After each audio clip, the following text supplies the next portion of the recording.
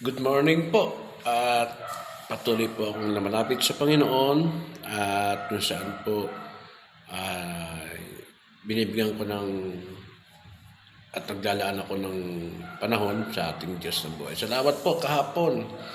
Bagamat wala po ako sa church kahapon ay naroon naman po yung pinadala ng Panginoon na pastor para po magkaroon po ng panibago pong revelation o kaya po ay yung buhay na salita ng Diyos. Actually, weekly naman po ay may revelation po sa atin ng ating Diyos na buhay. At kaya nga po patuloy akong papasalamat na kung saan po nagbigindaan po yung programang ito na every last week of month ay meron po tayong speaker. Ngayon po ay ako po ay magkakaroon pa ng devotion. Ang aking pong talalagay din, Joshua 9, yung well-known na pong verse po ni Joshua, yung sinasabi po roon na huwag tayong matakot, huwag lang matakot po tayo. Talagang kasi po yung panahon ngayon, si Joshua po ay papalit na po kay Moses, na kung saan po ililid po ni Joshua yung bayan ng Israel para po sa pagpapatuloy po ng kapapangako ng Diyos sa bansang Israel o sa bayang Israel. Kasi noong that time, hindi pa po siya recognized as country. Actually, Israel po nag-recognize po as country. Ito lamang po 1940, I think 48 or something. No?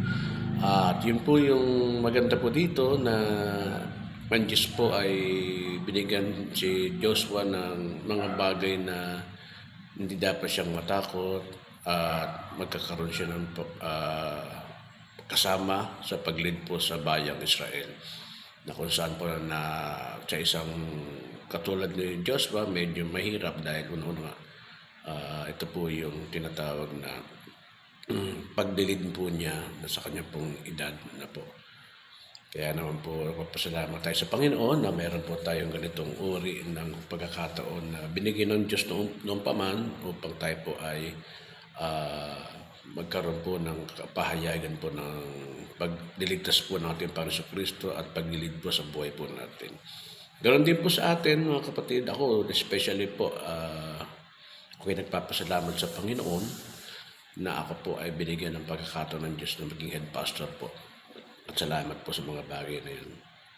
Although nakita ko po yung tinatawag na hirap, yung discouragement, no? Ganoon din po, no, sa kay Joshua. Pero pinaturayan po ng Diyos na huwag akong matakot kasi lagi ko pong iniinda po yung aking pong mata at hindi naman talaga ako marunong. Hindi, wala pa akong kakayanan.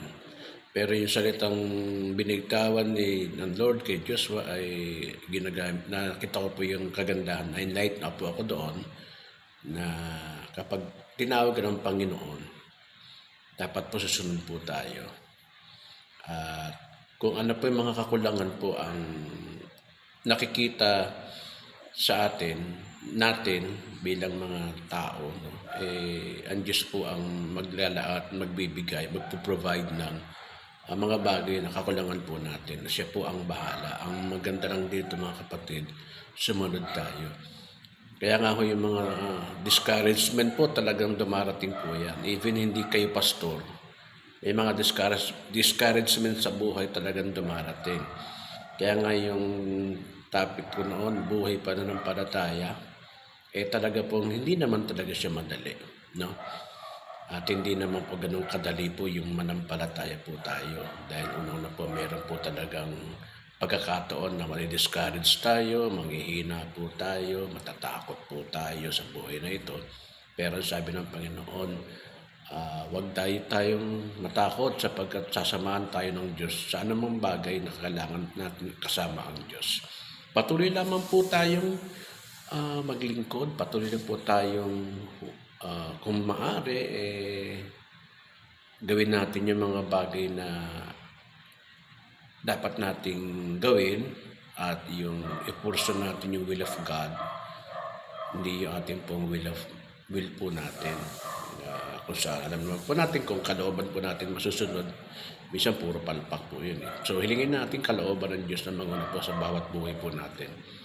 At nakakasigurado po tayo na hindi po tayo masisemplang, hindi po tayo mababali, o sabihin yung maliliko, no? Kundi diretso po tayong lalakad patungo po sa buhay na nilaan po ng Diyos para po sa atin. Salamat po and good morning.